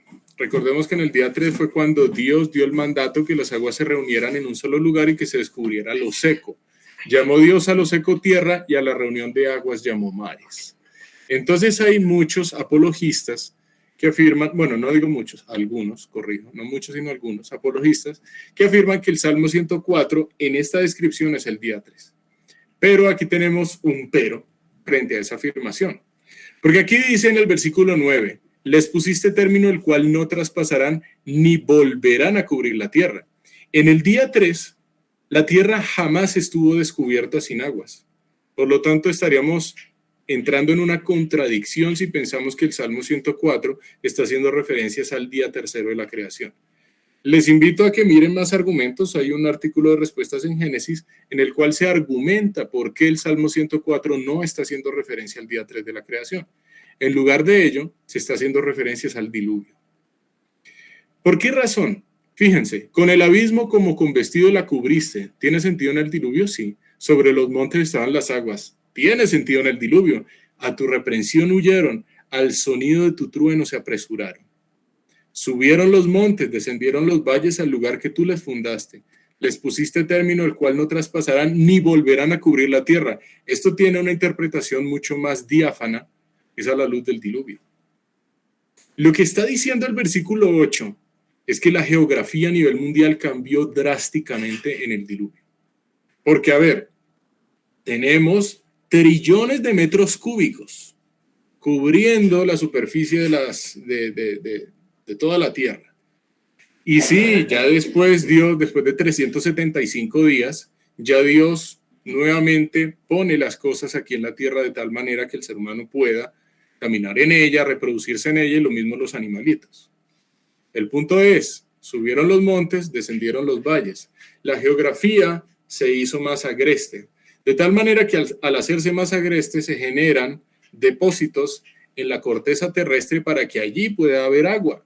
Porque toda esa agua, ¿para dónde la mandamos? Esa agua tenía que estar en algún lugar. ¿Podía regresar a las profundidades subterráneas? Sí.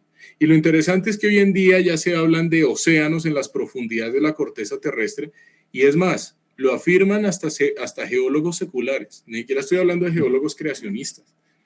Y se estima que a muchos kilómetros de profundidad pueden haber unos depósitos de aguas equivalentes a los océanos que cubren la superficie de la Tierra. Eso es un artículo que incluso salió hace poco en una de las revistas, en las que se habla de la posibilidad de que hayan unos reservorios gigantes de agua en las profundidades de la corteza terrestre. No estoy hablando de profundidades marinas, sino de la corteza terrestre, o sea, metidas allá. No se sabe qué clase de aguas son, porque pues tocaría hacer una excavación y pues eso es imposible llegar hasta allá con los métodos, digamos, modernos. Entonces pregunta a mi mamá, si es de agua dulce, eso es algo que todavía está por investigarse. El punto es este. Toda esa agua tocaba enviarla a algún lugar, ¿no? Porque si no se envía a algún lugar, pues toda la Tierra pues, se volvió el planeta agua. Y el tema es que Dios estaba adecuando las cosas para que el ser humano pudiese volver a habitar allá. ¿Listo? Entonces está hablando acerca de los tiempos del diluvio, tiempos en los que hubo una catástrofe a nivel mundial, y esa catástrofe implicó que en muchos sedimentos fueran rápidamente sepultados seres vivos que al morir sus cuerpos se convirtieron en rocas que a su vez dieron origen a los fósiles. Eso es algo que también les invito a que lo investiguen con los institutos creacionistas, Respuestas en Génesis, Instituto para la Investigación de la Creación, Reasons to Believe y creation.com. Entonces vayan a esos institutos que hay muchísimos artículos al respecto. Por ejemplo, el petróleo.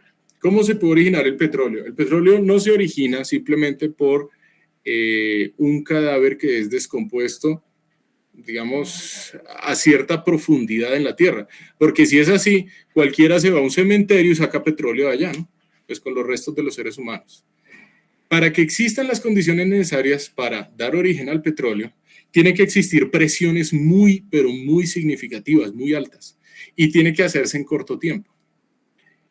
Nosotros encontramos depósitos de petróleo en todo el mundo. Es consecuente pensar que todo esto viene es de la ocurrencia de un diluvio universal. No es nada descabellado, incluso a la luz de lo que nosotros podemos observar hoy en día. Encontramos depósitos de petróleos en todo el mundo. Encontramos fósiles en todo el mundo. O sea, pues no puedo decir exactamente en cada una de las regiones, pero en algún lugar del mundo, en cada país, tiene que existir un hallazgo. Entonces el punto es este.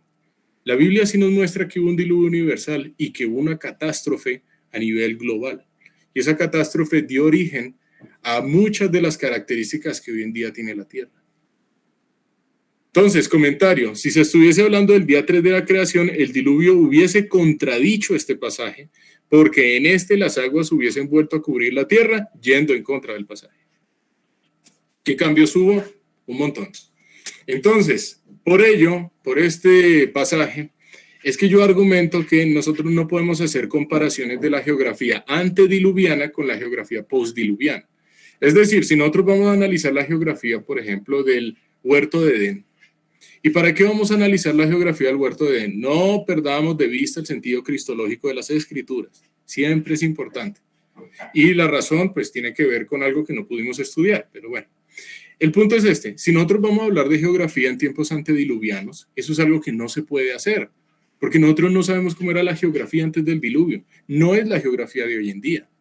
Es decir, yo no puedo decir que antes del diluvio existía el monte Everest. Yo no puedo decir que antes del diluvio existía esa cadena submarina, digamos, ¿cómo es que se llama? Sí, como una especie de cadena montañosa volcánica que está en el Océano Pacífico. Y en uno de los abismos localizados cerca de esa cadena está el lugar más profundo del océano, que está en la fosa Challenger, el abismo de la fosa de las Marianas.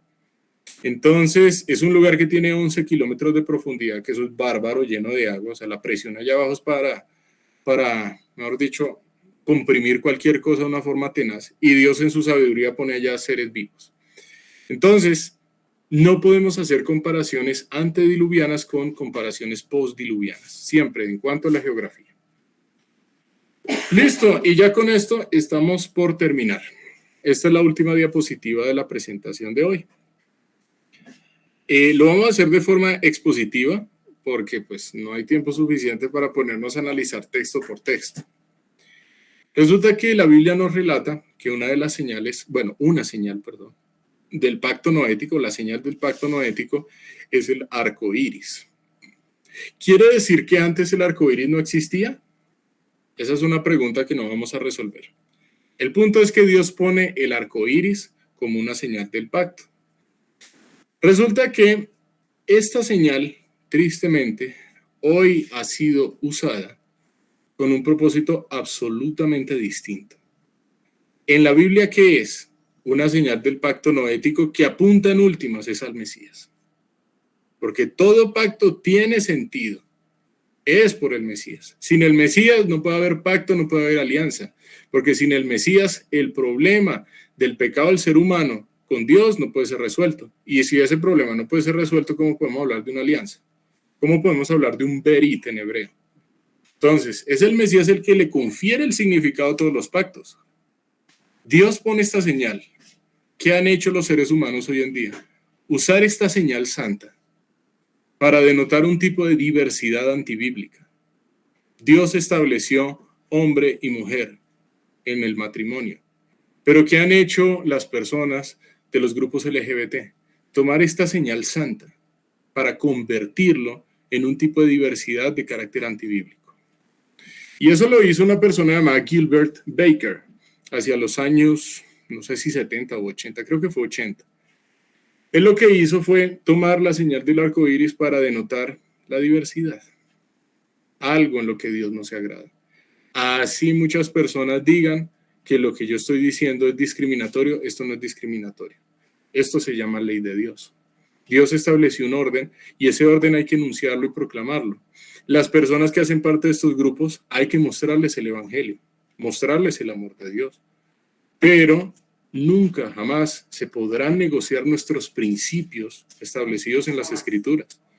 Y el principio establecido en las Escrituras es que Dios creó fue a un varón y una mujer para unirse en matrimonio, no a diversidades sexuales. Dios solamente creó 2 géneros que corresponden a 2 sexos, no a 120 géneros distintos. No existen los géneros no binarios, no existen los géneros trans. Bíblicamente, eso va en contra del diseño de Dios. Entonces hay que decirlo, porque así es como lo especifican las Escrituras. Si alguien no está de acuerdo, y lo digo no en este grupo, sino cuando ustedes estén exponiendo a otras personas, lo que le pueden hacer saber a estas personas es, mira, eso es lo que Dios dice. ¿Qué vas a pelear? Pues no pelees conmigo porque yo no fui quien estableció esto. Nosotros estamos simplemente anunciando lo que ya Dios estableció. Tómalo o déjalo. Ese es el punto. El amor de Dios está, por supuesto que está. Y Él te lleva al arrepentimiento y te está haciendo un llamado a ello. No resistas ese llamado en tu obstinación. Entonces el punto es cómo a lo largo del tiempo algo que es santo puede conferírsele un significado distinto en la sociedad moderna. Entonces, ¿qué tenemos que hacer? Entrar en oración y pedirle al Señor que les conceda arrepentirse a estas personas. Y casos, hay miles de personas que han estado bajo esta ideología y que han llegado al arrepentimiento. Es más, nosotros también un día estuvimos en una ideología, puede que no sea esta, pero en una manifestación diferente, en rebelión contra Dios, como en mi caso, en el cual yo estuve en el evolucionismo y estuve en negar las Escrituras. Y yo era igual de perverso a cualquier persona que haga parte de la ideología LGBT. Entonces, ¿qué tenemos que hacer? Amar a las personas y mostrarles qué es lo que Dios dice, si tenemos la oportunidad. Entonces, el arco iris es la señal del pacto santo que Dios puso. Y así es como nosotros debemos entenderlo, interpretarlo. Resulta que más adelante, cuando Noé, eso está también mencionado en Génesis capítulo 9, ¿no? Génesis 9, sí, versículo 18 en adelante. Se nos menciona la embriaguez de Noé. Y uno dice, bueno, ¿y eso qué tiene que ver? ¿Por qué Dios a mí me muestra la embriaguez de Noé? ¿Eso qué relación tiene con mostrarnos el carácter de Dios? Tiene mucho significado, carácter cristológico. Y uno dice, pero la embriaguez sí lo tiene. El punto es este. Cuando Noé se baja del arca después de haber hecho el conjunto de sacrificios, porque vimos que ofreció holocausto de cada uno de los animales, dice que más adelante él se emborrachó. Él plantó una viña y se emborrachó. ¿Qué quiere decir eso? Número 1, ningún creyente es inmune al pecado. ¿Qué quiere decir eso con relación a Cristo? Que nosotros debemos depender del Mesías para mantenernos firmes en Dios. En nosotros mismos no está la capacidad de obedecer a Dios. Eso es algo que es conferido por la obra del Mesías. De tal manera que si aquí se nos muestra que una persona creyente puede caer, es porque la Biblia nos muestra la imperiosa necesidad que el creyente, yo no estoy hablando únicamente del incrédulo, sino que el creyente tiene del Mesías. Nosotros dependemos del Mesías y donde no pongamos nuestra mirada en él, nos puede pasar la de Noé y nos puede pasar muchísimas cosas hasta de mayor connotación a nivel familiar, a nivel personal, a nivel ministerial también. Eso es algo que ha ocurrido. Entonces, creo que esto de la borrachera de Noé es un llamado a nosotros tener mucha precaución, a siempre ser conscientes de nuestras debilidades y tener presente que nosotros dependemos del Mesías. Es en Él en quien encontramos nuestra fortaleza para mantenernos firmes delante de Dios. Es en esa obra preciosa del Espíritu Santo en la que encontramos fortaleza. Si no es por Dios, aquí nosotros nos vamos a manifestar en un estado de depravación igual a cualquier persona que haya rechazado al Mesías. Entonces, hasta el creyente más maduro puede caer. Creo que ese es el llamado de atención a depender de la promesa de Génesis 3:15. Siguiente aspecto que me gustaría mencionar con respecto a la borrachera de Noé. Resulta que dice el versículo 22, y Cam, padre de Canaán, vio la desnudez de su padre. Aparece, ese vio está relacionado con un término hebreo que es Ra'a. De Ra'a viene el término Roé, que significa pastor. Es la misma palabra que se usa en Salmo 23 cuando dice, el Señor es mi pastor, nada me faltará. El punto es que Ra'a es un término hebreo que tiene la connotación de estar pilas, vigilante o mirar detenidamente. En el caso de Cam, lo que ocurrió con uno de los hijos de Noé es que cuando Noé estaba desnudo como resultado de su borrachera, como resultado de un momento de debilidad como creyente en su vida, él estaba borracho. Y la borrachera es algo que es impropio de un creyente. Un creyente nunca debe estar borracho ni debe participar de aquellos ambientes en los que a las personas se les anima a emborracharse. Ese no es el ambiente propio de un creyente. Entonces el punto es que mientras él estaba borracho, él quedó desnudo. Y Cam vio esa desnudez. Pero cuando dice vio en hebreo, es que Cam no fue que entró al lugar donde estaba Noé y lo vio desnudo y, uy, no, ¿qué fue esto? No. Lo que dice el texto es que él miró detenidamente. Es decir, se quedó mirando a su papá desnudo. ¿Por qué? ¿Por qué se queda mirándolo desnudo? Entonces, por eso hay comentaristas que afirman que incluso Cam pudo haber sentido algún tipo de atracción sexual. Yo no estoy diciendo que la Biblia lo diga, solamente lo estoy diciendo que es una posibilidad que postulan algunos comentaristas. El punto es que la Biblia no nos dice qué fue lo que pasó en el corazón de Cam, pero sí podemos deducir que hubo algo mal. Porque si yo veo a mi papá desnudo como resultado de la desnudez, lo primero que tengo que hacer es quitar la vista y buscar algo para taparlo. ¿Qué hacía Cam mirando detenidamente a su papá? ¿Qué hacía? Por lo tanto, en Cam sí se puede encontrar algo que no es propio de la vida de un creyente. Yo no puedo decir que Cam haya sido no salvo, yo no pretendo decir eso, pero el punto es que sí hizo algo que no es correcto ante los ojos de Dios. Y esa es una de las razones por las que Noé más adelante profiere una maldición. Pero ojo, aquí aparece la maldición es sobre su hijo. Dice, maldito sea Canaán, hijo de Cam. Pregunta, ¿y por qué el nieto es el que lleva del bulto de lo que hizo su propio hijo? Esa es una pregunta que no vamos a responder en este estudio. El punto es que siempre les animo a hacerse preguntas frente al texto. Porque aquí hay cosas como que, a ver, ¿el que vio desnudo a Noé fue Canaán? No, fue Cam. Entonces, ¿por qué la maldición es proferida sobre Canaán? Ahí ya tocaría como mirar más cosas. Y esa es una de las preguntas duras para echarle cabeza. Entonces, tengamos siempre presente con el ejemplo de lo que pasó con Noé. Considerémonos en nuestra debilidad. Y nunca, nunca pensemos que estamos inmunes al pecado. A cualquier pecado. No importa cuál sea, no importa lo terrible que sea, nadie es inmune al pecado, así sea creyente. Entonces nosotros como creyentes, ¿qué debemos hacer? Estar vigilantes, estar en comunión con Dios, estar en continua confesión delante de Dios, en estudio de la palabra, en oración. Si eso no son hábitos de nosotros como creyentes, se avecina la caída. Y se puede avecinar una caída muy, muy fuerte. Y tristemente eso se ha visto incluso en contextos ministeriales, en los cuales, por una caída que tuvo una persona creyente, o una persona, bueno, es que ya tocaría meternos en otro tema, pero una caída que tuvo una persona creyente, se puede acabar un ministerio, se puede quitar esa autoridad que tiene la persona a la hora de predicar. Porque ¿quién va a creerle a una persona que predica pero no vive lo que predica? Ahí está el punto, el tema. Entonces siempre debemos estar vigilantes porque somos débiles. Aquí el único fuerte es Dios. De resto aquí no hay super creyentes. Aquí, qué pena, pero David sí, cayó en adulterio y era creyente. Salomón era creyente y cayó en adulterio y en idolatría. Y así sucesivamente. Que es que uno de creyente no puede caer en idolatría. ¿No? ¿Será? Claro que uno puede caer en idolatría. Uno puede caer en cualquier cosa. Entonces, dependamos de Dios. Ese es el mensaje principal, poner nuestros ojos en Cristo. Finalmente, la obstinación del ser humano.